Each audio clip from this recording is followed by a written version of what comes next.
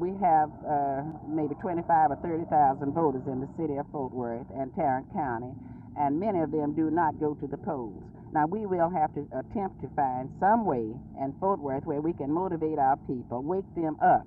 We used to say a prayer, may I hope I die, if I should die before I wake. I hope our people in Fort Worth will wake before they die. What do you expect to come out of this convention? Hopefully, we'll be able to come out with some directions for black people throughout the country. We must forget our differences and join together to let the world know. Ladies, thank you very much. That's an assessment from members of the Fort Worth delegation. Has this convention been a success? Has it been a failure? Will this convention spread over into the various communities throughout the United States as far as the black man is concerned? Well, resolutions have been introduced, resolutions have been adopted, some were rejected. The big question now is, 6 months from now, will we see results from the formation of a third party? It'll be interesting to wait and see. Gene McIntyre and Gary Indiana at the Black Political Conference for 1972 for Channel 8 News on the Move.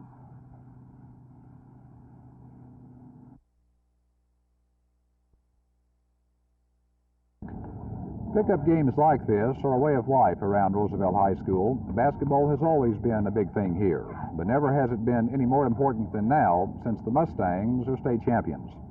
And the significance of their victory can be measured by the fact that it is the first for a Dallas high school in basketball since 1962, and the first ever for a Dallas predominantly black high school in 4A competition. And the significance of their achievement has not been lost on the players themselves. Well, as representing Dallas, well, you know, we knew what we had to do as the represent Dallas. We looked at it as a whole, you know, the whole city of Dallas, you know, not as just Roosevelt, not, you know, just a black team. We represent the whole city. Well, you know, it's a good feeling anytime you win a state championship, you know, large as Texas is, you know, it means you have the best team in the state. But as far as, you know, us being a predominantly black school, I mean, it should inspire other black teams throughout the city, you know, and surrounding area, you know, to just put a little more into it, you know, to try to bring a championship team to their school. It's a great feeling, you know, being black and the first team to win the state championship and to represent a city as large as Dallas, you know, and to go down to the big meet and win it. You know, a lot of people saying Roosevelt couldn't win the big game, but we did. It means a lot to win a high school state championship in basketball. There can be no doubt about that. But apparently, it means just a little bit more if you win the championship for Dallas as a black. Jack Hill, Channel 8 News on the Move.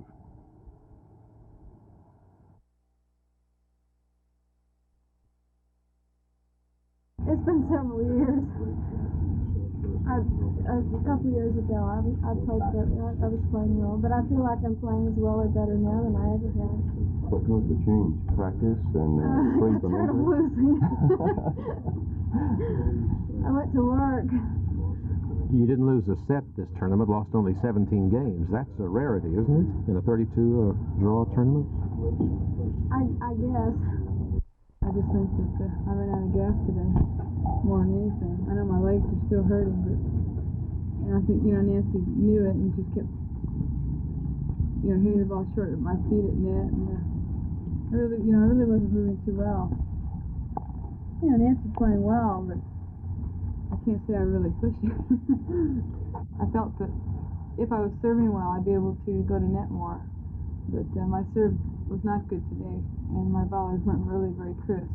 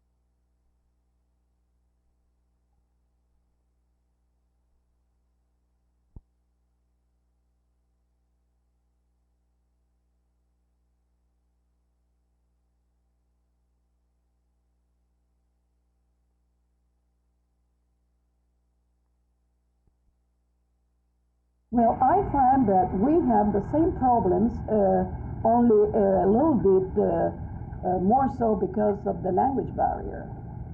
And we are really working towards getting enough people who are really bilingual, or at least native speakers of Spanish, to work with them. We have heard a great deal in Texas about a so-called Chicano policy by President Nixon in an attempt to win votes among the Mexican-American people in his bid for re-election. Well, what role does your visit here in Texas have in relation to such a policy? My visit to Texas has nothing to do with politics. I'm here on a technical trip, and anything political is outside my functions. And I really haven't heard about that Chicano policy. As a matter of fact, many of the Mexicans resent very much being called Chicanos.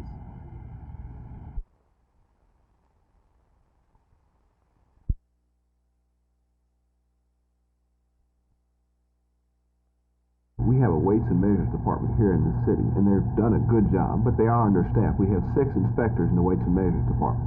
Now, those 6 inspectors, we have 928 grocery stores. We have 6,500 gas pumps. We have 2,000 businesses that have scales and weigh things.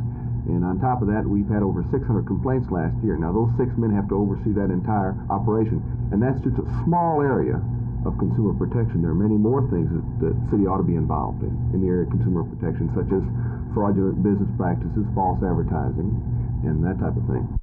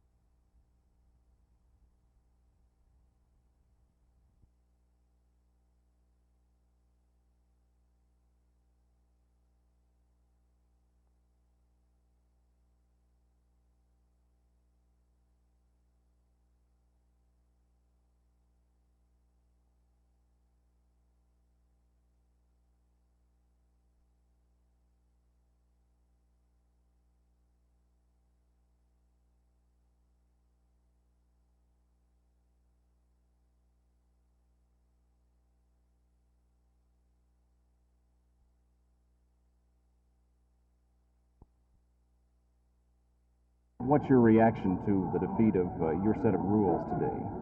Well, I'm disappointed in that I had an indication that a number of the people, particularly from the Dallas area, had changed their minds in regard to how they were going to vote. But as you can see from the vote today, this 12 to 10 vote, they did not.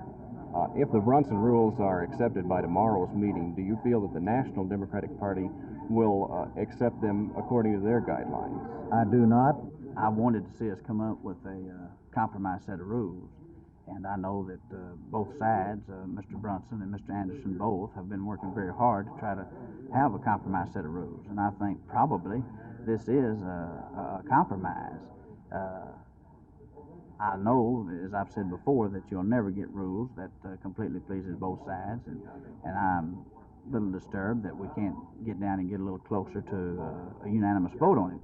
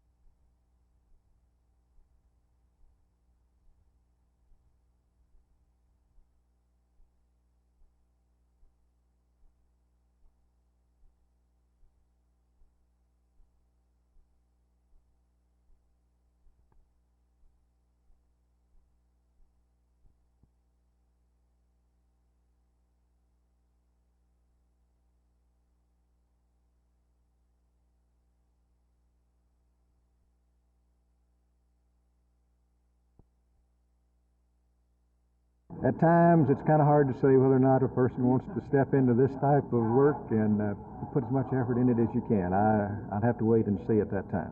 Do you plan to remain as state Democratic Party chairman? Oh, I don't plan to remain forever, but I intend to remain for a while. Will you remain throughout the rest of the year? Well, I'm not going to set any particular time. I'm going to time it when I think it's most appropriate. Could we say you have no plans to resign at this time? That's right.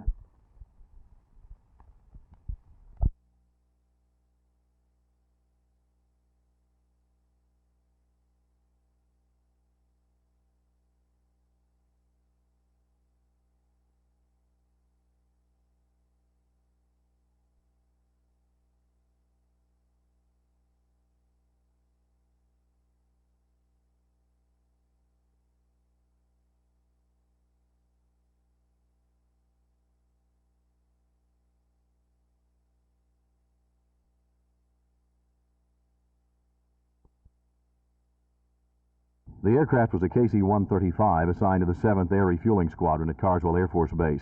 It had taken off at 8:30 this morning on a routine training flight, flying just in the immediate Carswell training flight area. That means it had not gotten out of the state of Texas on the refueling mission.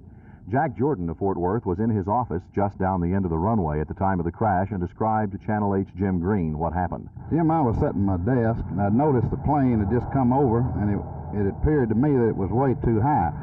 As I got up and I watched it, the plane coming in for a landing, the first plane, the wing to the left, as it got down, swooped a little bit. He tried to force it to come back up, and it all swung to the right and hit right on the right wing and the nose, and it all busted up into flames. The body of the plane came to rest about 200 yards from the end of the runway. One engine was approximately 50 yards from the plane. One set of dual wheels was another 200 yards down the runway from where the plane struck. Apparently, all 5 crew members were killed instantly: the pilot, the co-pilot, the boom operator, who was responsible for fueling the planes they were up to refuel, and the navigator and backup navigator, all on board the airplane. There were 4 officers and 1 enlisted man on the plane. 2.5 hours after the plane crashed, Carswell Air Force Base firemen were still on the scene washing down gasoline, which continued to leak from the wing tanks of the airplane. Apparently, the fuel that had been in the storage tanks, the fuel which is used to refuel airplanes in flight, all burned up in the crash and explosion of impact. It has now been 2 hours and 19 minutes since this KC-135 hit the end of the runway here at Carswell Air Force Base.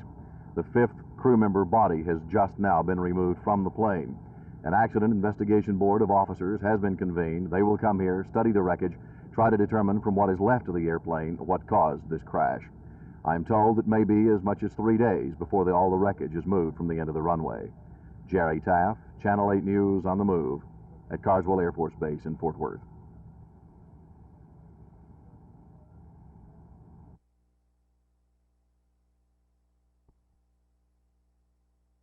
You might say the Democratic donkey balked several times this weekend at the meeting of the State Democratic Executive Committee. And it's clear that not everyone is leaving Dallas satisfied with the SDEC action. The controversial rules recommendation came up, of course. There was introduced a compromise set of rules hammered out between the Anderson and Brunson factions, and of course Judge Woodrow Bean objected.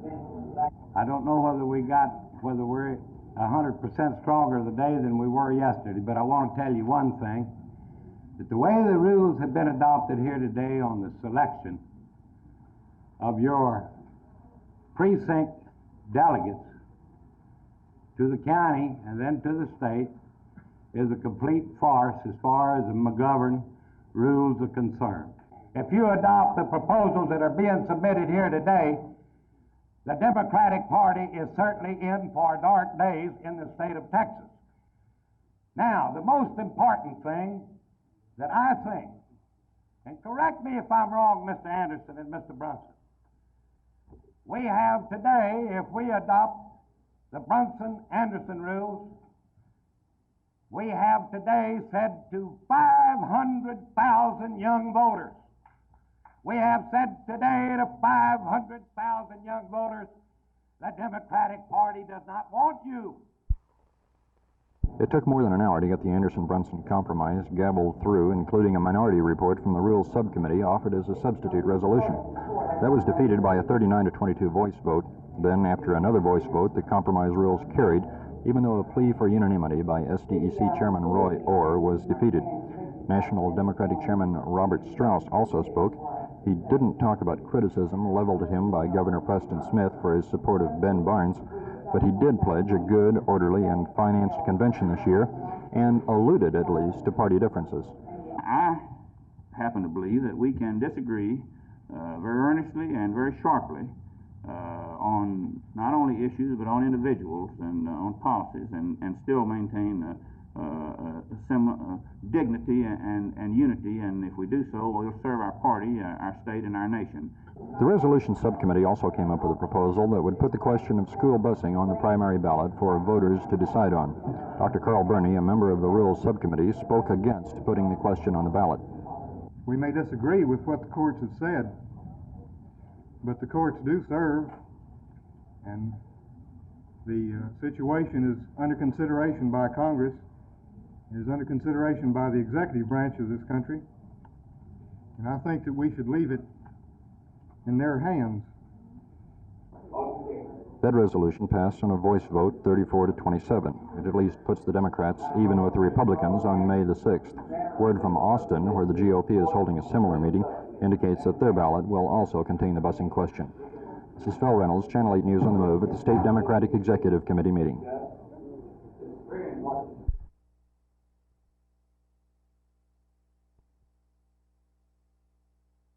Well, these first few weeks, I'm just trying to hit the ball with the middle and just trying to get a little of my rhythm down and just trying to make a little impression so I can make this ball club. It's a wide open race down here, and anybody down here in spring training's got a chance to make the club. So I'm just trying to condition myself to get to a peak where I can make it. Is there any one aspect of your game that you think needs more work perhaps than others? Well, I think if I keep concentrating, just trying to hit the ball at the middle instead of trying to pull the ball all the time, I think that's what I'm down here for, and primarily this spring. And if I do that sufficiently enough, I believe I can cut down on my strikeouts and probably hit for a better average also. Does Williams work with you actively on a day-to-day basis? No, Ted just works with the mental aspect of the game. He'll give you a few helpful hints now and then, but he when he came up through the ranks, he was a self-taught ball player and I think hitter, and I think he believes that the hitters under him should be self-taught also. Jeff, this is a tremendously young club. There are a number of guys that are in their early 20s. Given that, would it be a bitter disappointment to you if you didn't make the club this year? Well, I think the only reason I'm down here for is to make the team, and I don't think I want to put anything else into my mind except for making the team. And if I would not make the team, I would be a great disappointment. Yes, I would.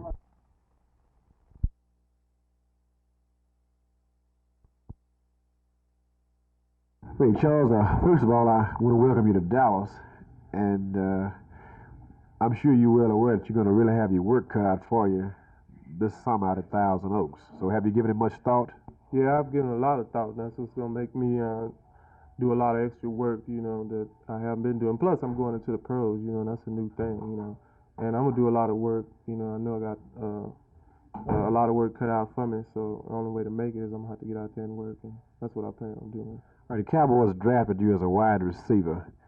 If the coach would ask you to play another position, is there another position that you feel like you might can make the ball club at?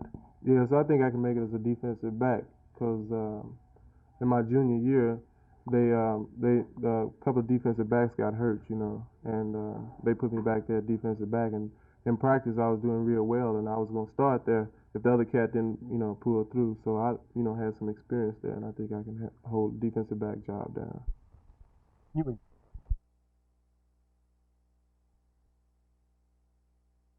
I don't see the answer in terms of competitiveness. I think there'll be a mutual supplementing of the efforts of the respective universities. I think that perhaps, too, there will be less distinction between the two types of universities as we go along. I think that would be healthy, as a matter of fact, though still, as I tried to indicate in my talk to the civic leadership at noon, it's important that church-related or private institutions be preserved. We don't want a state monopoly of higher education, but still, I believe that more and more there will be a drawing upon government resources for the public aspects of private university services. And at the same time, the independence of the private schools will not be dissolved. It will not be lost.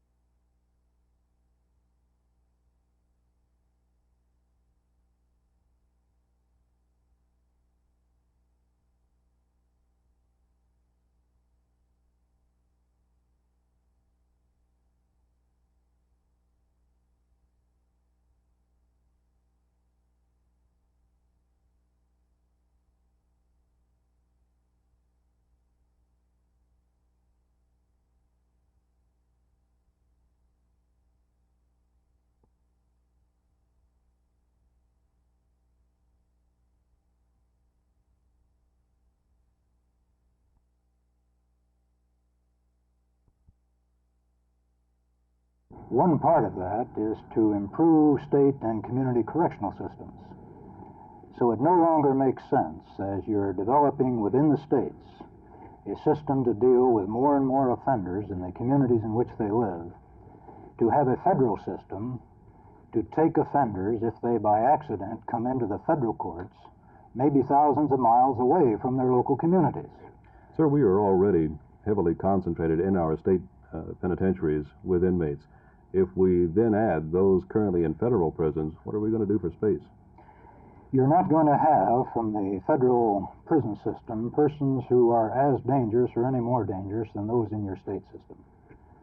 Also, Texas is going to find, if it would stop building buildings long enough, that if you will start putting some of your money into community correction, halfway houses, primarily probation, volunteer systems to involve more people in the community in helping fight crime, that your prison population could be more than cut in half within the next 5 years.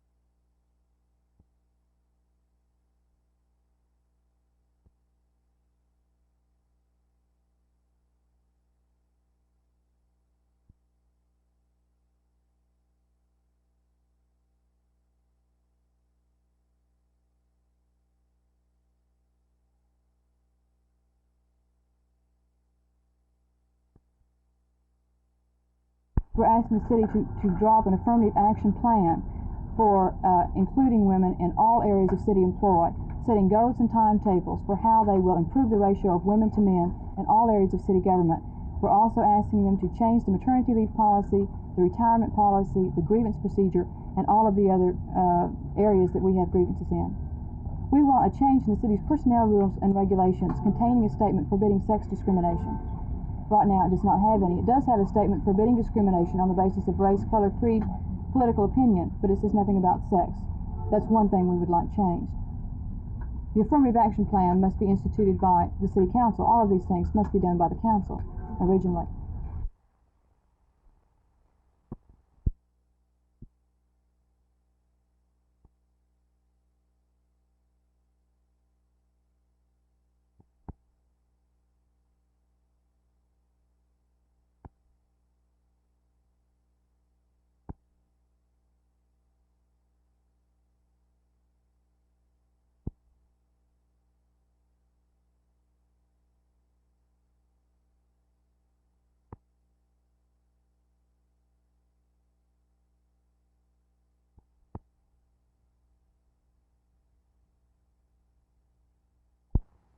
And stand up back there.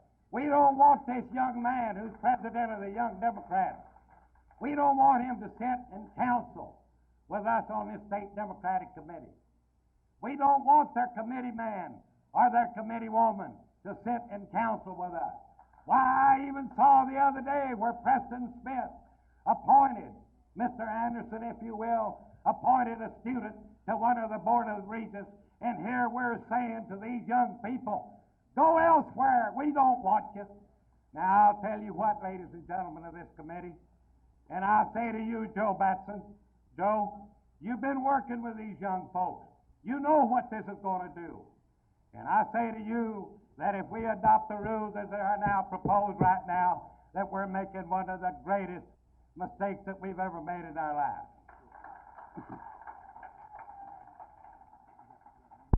The state of Texas should not be sent to state penitentiary? Absolutely. This is the experience in other states. California started 5 years ago putting its money back into community correction. It is now closing 2 prisons. It has closed 4 youth institutions. And it is finding that it has a lower rate of repetition of crime in this method than it had by its reliance on institutions. How then would we press punitive action against those convicted of felonies such as rape, murder, robbery? The same way you do now.